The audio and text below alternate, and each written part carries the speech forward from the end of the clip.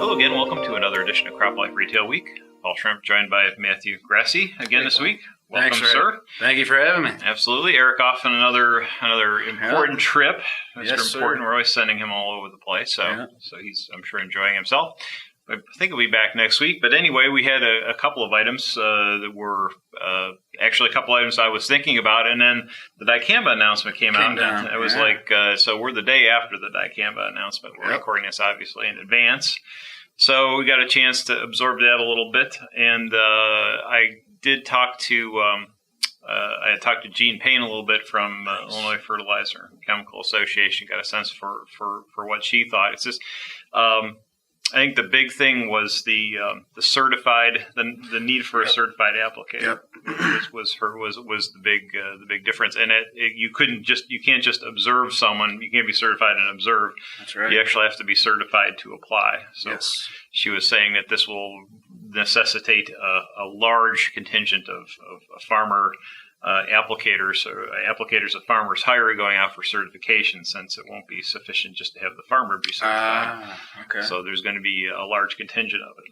Although she did say had it been strictly required on a professional certification or something along those lines, if it were just a retailer that could do it, it would have been too much of a good thing, because you would have had really the complete inability for retailers to meet those demands. Oh, right. Yeah, the spray windows you're referring to there? Right. Yes. Yeah, it would have been, heck, she said there could have been lawsuits for retailers not being able to meet the Dicamba application needs and so forth. Wow. So, she also mentioned that, because we heard in a PACE meeting, you remember I said, in PACE they were talking about it was their perspective, well, it wasn't that bad a year for Dicamba, right? Right, yeah. Oh, yeah. I mean, that's what they were saying. Yep.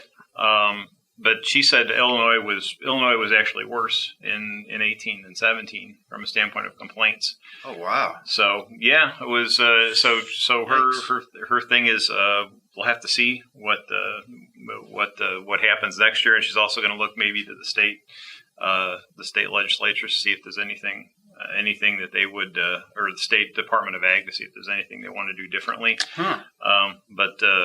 Really interesting. I wonder if we're going to see even more defensive plantings in 19 than we did in 18. Yeah. I don't know. Huh. Yeah, she was very concerned about it, because soybeans she thinks are going to continue to be significant because of the yields they had in 18 were still pretty good at the end of the day. Yeah.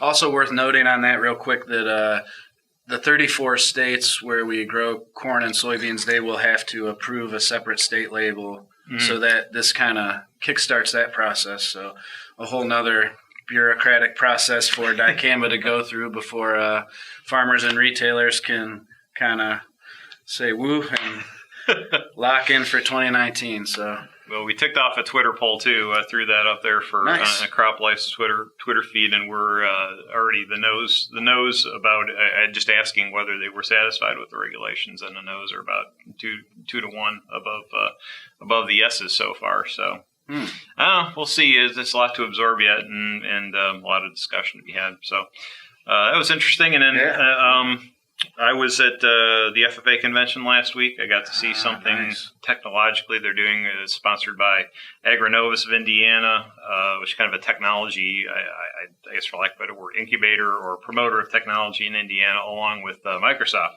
of this Blue Room concept where, first of all, the FFA conference is incredible because it's just so many kids. You're talking about almost 70,000 teenagers in blue jackets. So it's almost claustrophobic. Wow. In terms of the number of bodies in one place. But then got them in the Blue Room, and I saw Jorge Erode from Blue River. Nice. Was talking about the machine learning technology. I just spent a day there and saw it, but they let the kids in, and they kind of mingled around booths that were all surrounding this area, in the center area where they had speeches. And so it was a great way for them to engage kind of in technology and what the role of technology is in agriculture, and give kids a sense of what their future might be if they kind of engage in the technological aspect of ag. So it was interesting.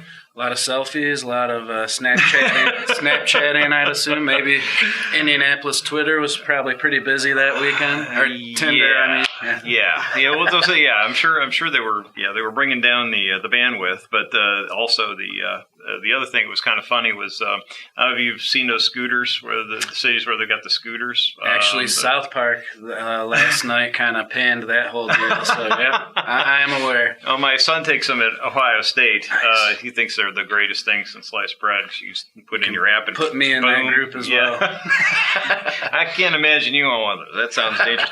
But just seeing Blue Jackets tooling around all over Indiana, I thought somebody is going to get in trouble. Yeah. It was amazing. Helmets, kids. Buzzing around in those. They're like, okay. But apparently no one was harmed in the entire event. So thank goodness. Just another blessing from San Francisco and technology in general, right? That's right.